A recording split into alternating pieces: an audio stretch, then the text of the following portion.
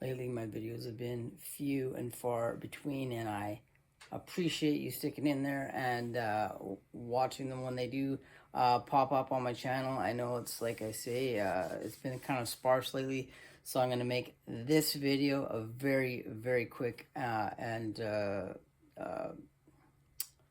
concisely edited video so that you don't have to watch it for too long, but at least I'm putting something on there so that you can see what I've been up to.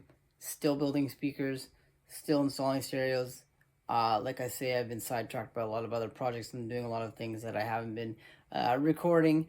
And this is actually a long overdue video about some stuff that I worked on in the past, in a sort of a, as you can tell by the title and the thumbnail, a sort of conclusions reached regarding historical projects that I put on the channel here. So let's take a look at that.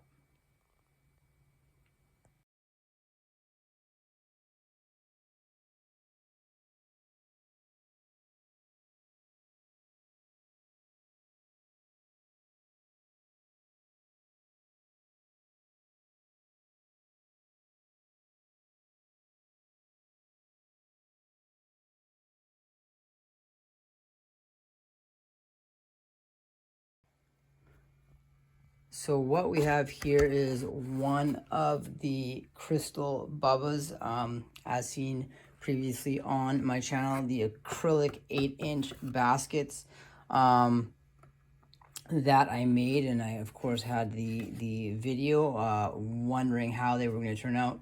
Now, as you can see, this has been sitting in my garage for quite a while. It was running in my car. I had two of them in my car in a ported enclosure, and to be completely honest, they did sound amazing. I had them running on about 1,000 watts, and I got them up to 140 decibels just with the two of them. In a generic box, nothing special, nothing finely tuned, just a quick box I threw together to test them.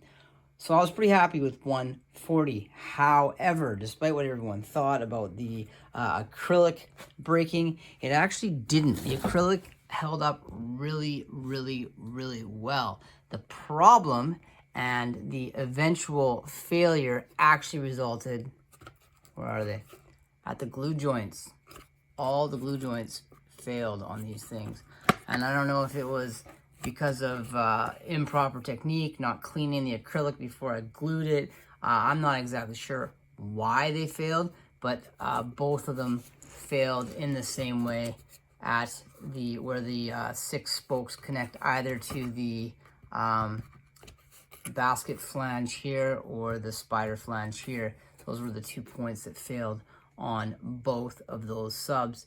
So now what I gotta do is try to figure out how I can get these cone assemblies out and put them into and motors and put them into a different basket with the same specs. So that's either gonna mean I'm going to have to find something that measures the same, which I'm not sure about. The critical one's kind of gonna be the cone to spider seat, because if I can't match that, I can't actually seat this cone in another basket.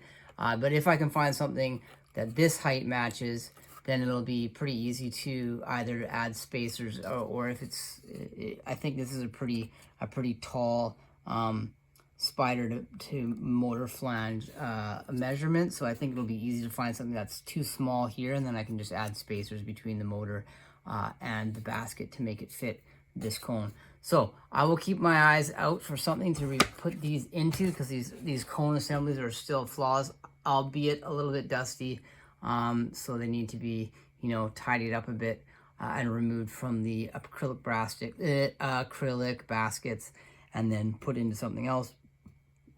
That being said, the conclusion I've come to is that this particular approach, despite being structurally, from an acrylic standpoint, adequate, from a glue standpoint, it didn't hold together. The bonds weren't good enough. So this is, in fact, crystal meth, not a crystal gem. Anyway, it was a fun project. I had a lot of fun making the baskets. It was fun designing, building, cutting all the pieces. And I wouldn't say it was a total loss, but sadly, both of these subs are now gonna go in the trash.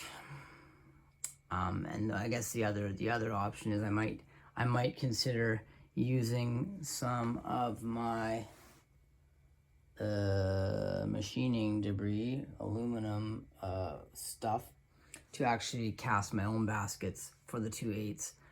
So I've been doing some research into that as well, and that could make a fun video. So hopefully you stick around with Mr. M and wait for that one to come along. It may or may not, I don't know, but like I say, I am working on the research, and hopefully I'll get some custom baskets made in my own shop, which is crazy. Overrun by garbage. It's a death trap in here. Never come here, it's not safe. Thanks for checking out this video.